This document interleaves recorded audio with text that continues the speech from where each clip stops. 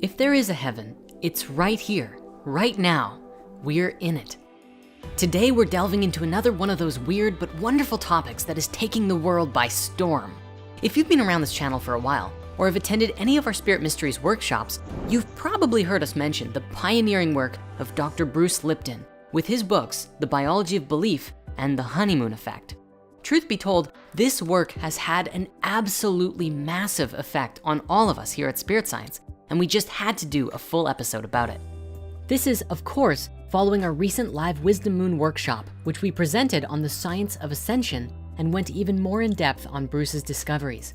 We've made that available for free in the author comments below, just in case you're curious.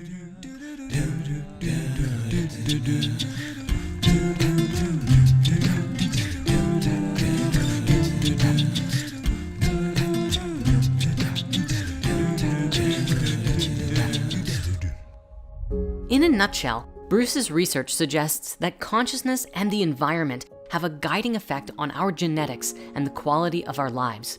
Much like Rupert Sheldrake's morphinogenic field theory, we're seeing interesting evidence that consciousness plays a role as the guiding force behind how our genes are expressed at all. When you look in the mirror in the morning and see yourself staring back, who are you really seeing? The real you or a projection of your ego? The human body is made up of roughly 40 to 50 trillion cells, each with their own singular immune and reproductive systems. Living together in a community called our body, the cells are individual living entities that make up the whole person. For decades, science viewed our cells as deterministic little robots who got their instructions strictly from the DNA. But Bruce's research is transforming that paradigm rapidly. Bruce explains that one of the main differences between something living and something dead, at least on a physical and biological level, is movement. So what causes a cell to move? Going down this rabbit hole, Bruce discovered that the key source of what causes cells to move and behave actually comes mostly from external signals and the internal systems reacting to those signals. Usually, the quality of the signal will determine the quality of the movement. At a deeper level than the cell, we see that movement takes place at the level of the protein. Cells are made up of proteins, which appear a little bit like squiggly wire wraps. As a signal comes in, if there's a receptor for the signal, they will connect, and the new energy received by the protein will be a balanced polarity and facilitate its movement, where the movement is actually just the changing of the shape of the protein at all. To give you a fun example, we all know what digestion is, right? You eat something and your body turns it into energy. Well, digestion itself is a process that works in the same way. The cells in your body, starting with your mouth and stomach, are open to receiving all the time. When you eat food, the food bits are received by the cells of your body, which facilitates their movement in a process we call digestion. I know this is a very simple way of explaining digestion, but the point here is that for so long, we've been led to believe that the DNA was the thing that steered and controlled the movements of the cell. But this research is showing us that the movement and control over the cells actually comes from signals. So in that case, what is a signal? Literally everything. Imagine you're walking down a street and someone calls your name. Your ears just received a signal. Even our name is just a collection of vibrations and sounds that we assign relevance to, which causes you to turn around and look. Oh no, it's your arch nemesis, Reginald von Brandybuck III, and he throws a baseball at your head. Your eyes receive the signal, the light bouncing off the ball as it hurls towards your face, causing you to react and move out of the way. Calling back, love is the answer, don't be mean. Here's an interesting part about signals. In this example, Reginald is operating at a lower level of consciousness, so he isn't really listening to what you have to say. You could even say that his cells aren't receptive to the intentions that you're sending him. So he carries on with his negative attitude and doesn't really hear or receive what you say about love. See, unless we're receptive to the signals we're receiving, we actively keep ourselves limited to only receive the same thing over and over. Now, this is where things get especially interesting because signals are not just external, they're internal too. Thoughts are signals, feelings are signals. They are signals that we tell ourselves over and over as a result of our beliefs, some of which we program ourselves with, others of which we were programmed by our environment. We explored this briefly as well in our money movie with Think and Grow Rich. One of the steps in Think and Grow Rich was autosuggestion, continuing to steer your thoughts and focus in the direction of wealth and abundance, because as you look for opportunities to personal success, you open the receptors of your mind to receive those signals. And this brings us to the importance and significance of consciousness. Bruce explains that the mind is similar to a government, which can enact policies to influence the cells. If you have a good mental government, i.e. compassionate and loving thoughts, you get loving commands sent to the cells, and thus you have health. But if you have a bad mental government, you have poor health. Do you remember that scene in Doctor Strange when the Ancient One asked, "When you reattach a severed nerve, is it you who puts it back together or the body?" Stephen responds, "Well, it's the cells." To which the Ancient One replies, "And the cells are only programmed to put themselves back in very specific ways. But what if I told you that your own body could be convinced to put itself back together in all sorts of ways?" You see, it's significant for us today because it encourages us to ask, just how much of an influence do our minds have on our bodies, right down to our cells? And then, to go even deeper, the question becomes, what programs the mind? In order to understand the answer to this question, we must explore the nature of epigenetics.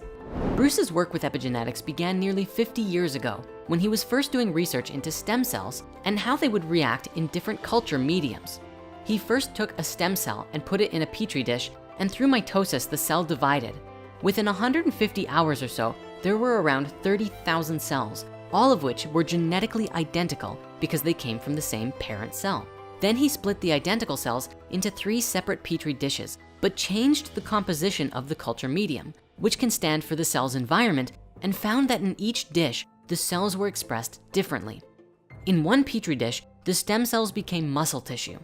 In another, bone cells, and lastly, fat cells. This caused a very interesting question to come up.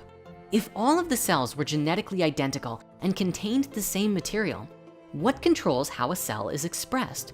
What controls the fate of the cells?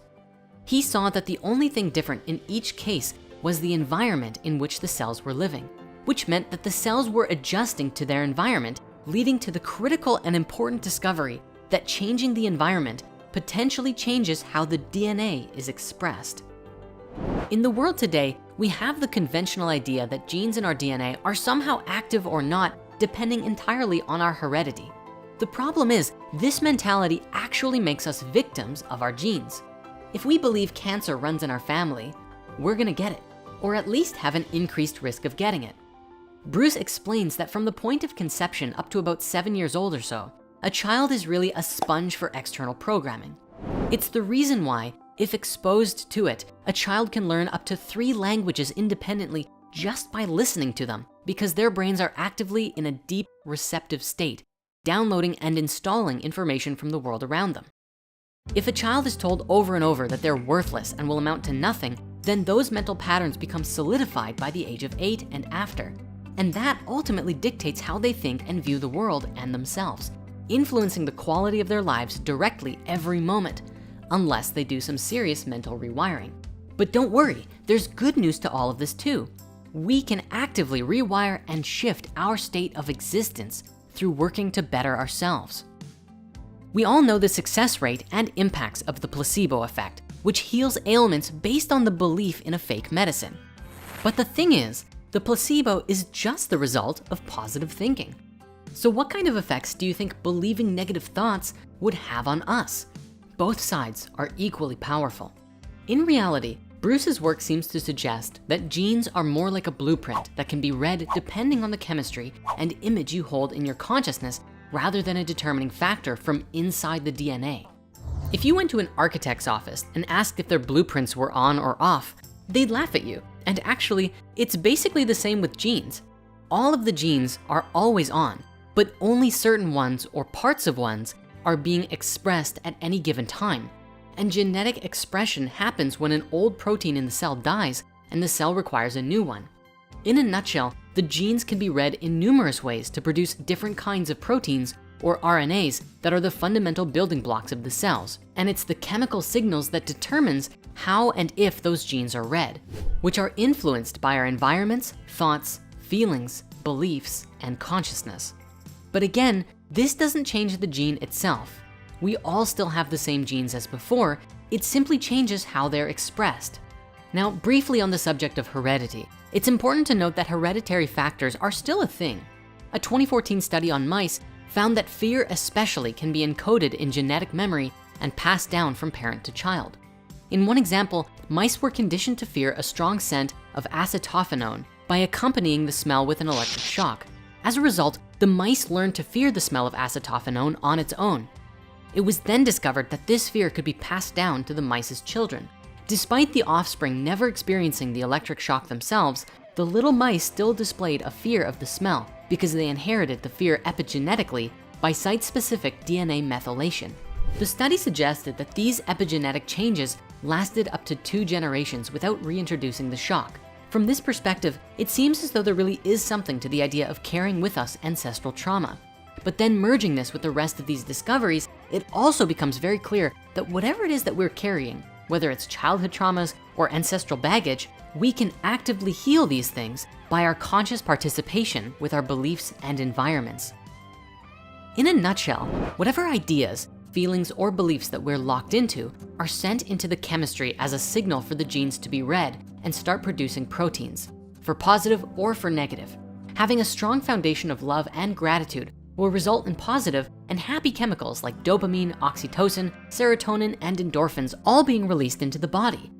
And a big bonus here, according to Bruce, it also helps with the release of somatotropin and telomerase into the body, which aids in cell reproduction, cell regeneration, and longevity of overall life. This also works in the other direction. If we send signals or images of fear, it raises the production of cortisol, the stress hormone, which among other things activates the fight or flight response, diverting energy away from the immune system and making the cells go into a protection mode, which also can be likened to us emotionally shutting down from connecting with others. Ultimately, a cell can either be in growth or retreat, health or disease, but not in both at the same time. So if Bruce's work has any weight to it, why hasn't this been talked about more? Well, the problem with medicine, or more specifically, Big Pharma, is that it's still using older models of thinking, which has allowed for privatization and monetization to corrupt the field and steer the direction of research. See, working in academia is actually quite tricky, even more so in medicine. Research must always be funded, usually through research grants.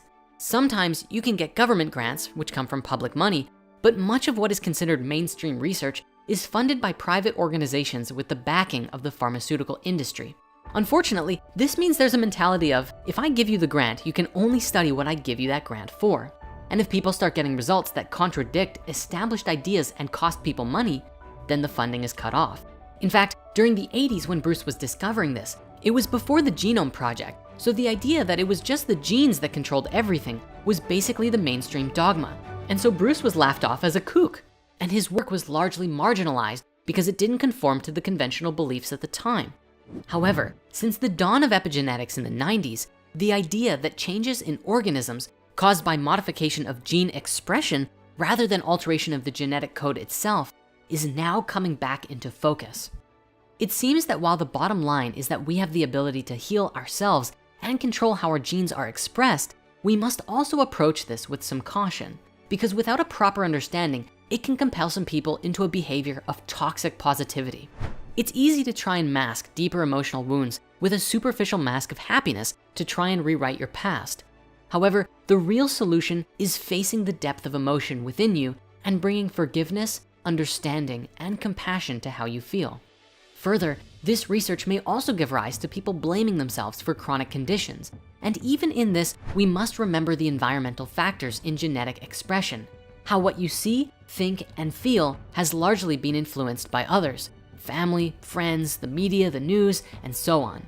So as always, you may not be able to heal chronic conditions instantly by yourself, and it would be wise to implement this kind of healing in complementary fashion instead of replacing Western medicine outright. Ideally, Western medicine should evolve with this new understanding. While conscious thinking is what comprises most of our day-to-day function, the majority of genuine epigenetic healing has to be done from the subconscious by overriding the self-sabotaging programs and beliefs we got as children. While the conscious mind can learn through reading and watching, the subconscious tends to learn more through repetition, hypnosis, and subliminal messaging. As an example, in the movie The Secret, one woman describes how she healed her cancer by taking a long leave from work where she relaxed every day and prayed, "Thank you for my healing," over and over and over.